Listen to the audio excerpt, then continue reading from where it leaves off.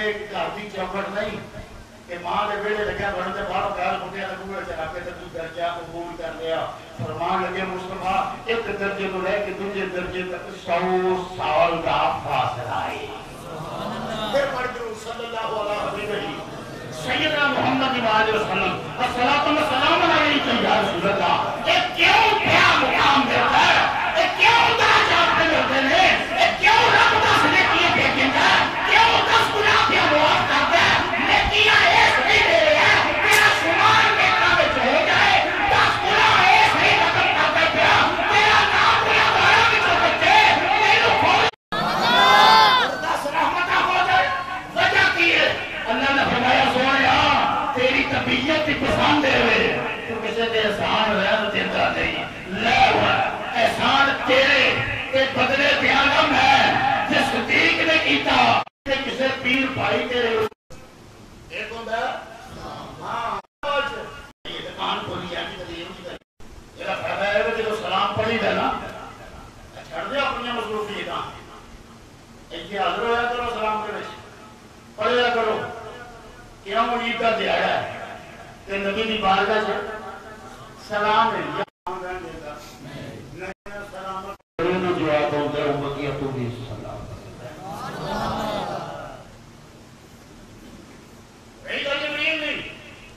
جبریل نے کہا یا ابراہیم خلیل اللہ جناب میرے کو کوئی ہے دے کام تے دسو.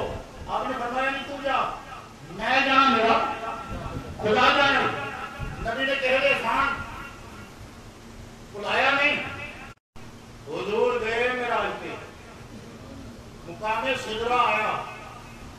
نبیوں کے تاجدار نے اگاں پیر پھٹن تو پہلو ارشاد فرمایا جبریل کوئی حاجت ہے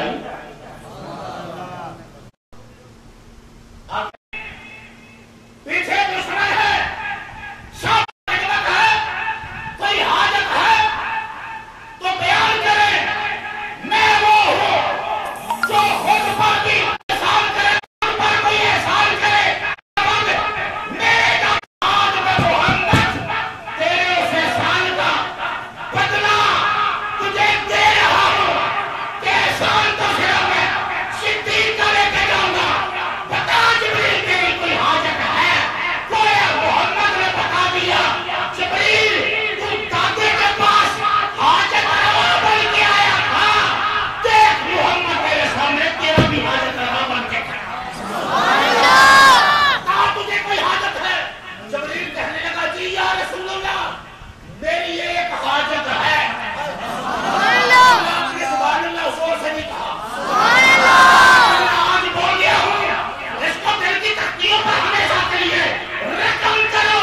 جبریل کہنے لگا یا رسول اللہ میری ایک حاجت ہے, میری ایک حاجت ہے.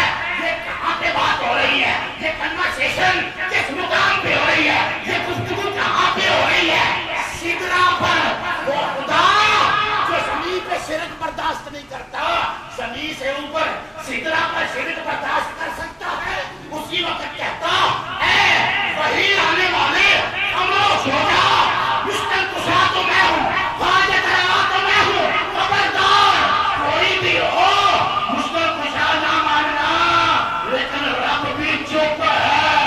کیوں چپ ہے کہ سامنے وہ کھڑا ہے کہ جس کی زبان سے جو نکلتا ہے اللہ فرماتا ہے سونا تیرا کہاں میرا کہاں ہے. یہ جو تو نے کہا ہے اور کہا جا, یہ تو نے نہیں کہا یہ میں نے کہا ہے. وہ زمانے کو بتا دینا چاہتا ہوں کہ جو میرے ہو جاتے ہیں چاہے وہ زمین پر ہو چاہے آسمانوں پر ہو. آپ پر بخاری دلیل دے رہا ہوں. رب کہتے ہیں جو میرے ہو جاتے ہیں زبانیں ان کی ہوتی ہے, بولنا میرا ہوتا ہے. محمد نے بتا دیا جبریل تو مقام آ رہا ہے پر سدرہ پر تیری آخری حد ہے. میں تو اس سے بھی آگے جانے والا ہوں.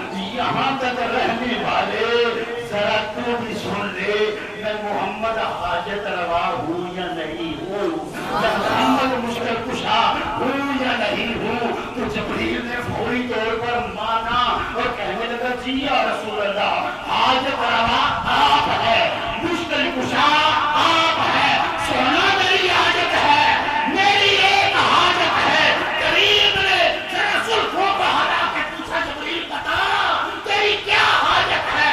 جبریل کہنے لگا واہ جبریل تیرے تخیل پہ قربان، تیری سوچ پہ قربان، تیری محبت پہ قربان، میرے دل و جان، میری آل اولاد تیرے اس عقیدے پہ قربان، تیری سوچ پہ قربان۔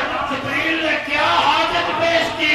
جبریل کہتا سونا میری ایک ہی حاجت ہے، کھاتے ہم نہیں، پیتے ہم نہیں، بس ہماری حاجت بھی ہے وہ سونا تیرے دامن سے بندی ہے۔ وہ حاجت کیا ہے؟